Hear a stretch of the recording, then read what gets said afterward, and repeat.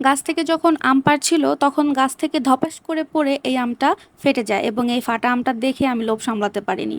গাছ থেকে আম পেড়ে আনার পরে আম্মু বিভিন্ন জায়গায় সুন্দরভাবে গুছিয়ে গুছিয়ে সেপারেট করে আমগুলো রেখে দেয় আলাদা আলাদা করে। এই জিনিসটা অনেক কষ্টের আর অনেক সময়ের ব্যাপার, যেটা আমার আম্মু করে থাকে। আমার তো খুবই বিরক্ত লেগে যায়, বাট এটা নাকি তার কাছে খুবই ভালো লাগে, মানে অনেক আনন্দের একটা বিষয়। এই যে বিভিন্ন ডিশ বলেন, বালতি বলেন, গাবলা বলেন বা ধামা বলেন, বিভিন্ন কিছুতে আমগুলো খুব সুন্দরভাবে গুছিয়ে গুছিয়ে রেখে দেয়। আসলে আমাদের বেশ কিছু মল্লিকা গাছ আছে, মল্লিকা আম গাছ। তো এই মল্লিকা আম এখন মানে পেকে উঠেছে, তো গাছে খুব বেশি দিন রাখা সম্ভব না।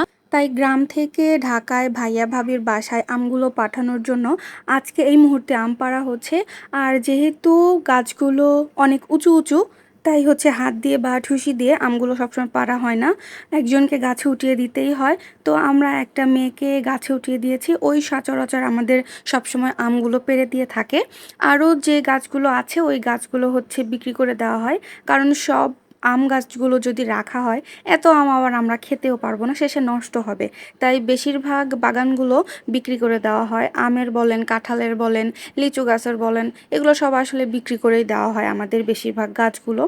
তো যেগুলো রেখে দেওয়া হয় নিজেদের খাওয়ার জন্য, সেখান থেকেই আবার আম্মু সবাইকে এভাবে দিতে থাকে। আমাদের আত্মীয় স্বজন বলেন বা আমার ভাইয়া ভাবি দূরে থাকে সেখানে বলেন, আমাদের বাসায়, আমার আপুর বাসায়, আম্মু সবার বাসায় এভাবে পেড়ে পেড়ে সুন্দর করে করে পাঠিয়ে দেয় ক্যারেটের মধ্যে করে। সেটা হচ্ছে বিভিন্ন বাস বলেন, বাসে বাসে করে দিয়ে দিলে আমটা চলে যায় জায়গায়, কিংবা কুরিয়ারও করতে পারে।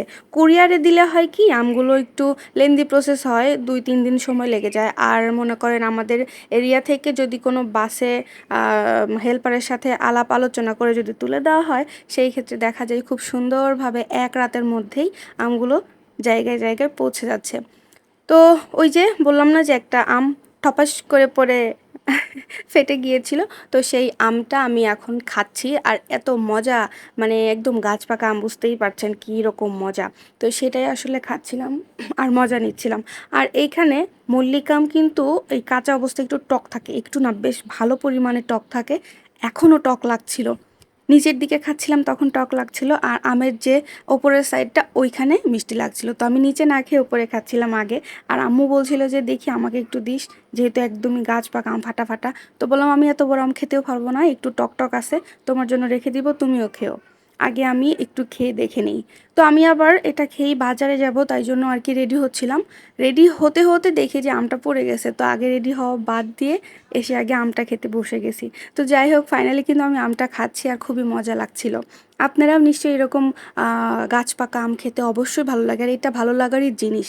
একটা তো আমি খাচ্ছি, সেখানেও শান্তি নেই। আশেপাশে যারা আছে সবাই জিজ্ঞেস করতেছে, আচ্ছা এই আমটা যে খাইতেছো টক আছে না মিষ্টি আছে? আরে বোকা, এটা তো পেকেই গেছে আম, টক কেন থাকবে বেশি, এটা তো অনেক মিষ্টি হয়ে গেছে। বাট একটু একটু হালকা টক আছে। বাট আমাকে সবসময় জিজ্ঞেস করতেছে টক না মিষ্টি, টক না মিষ্টি।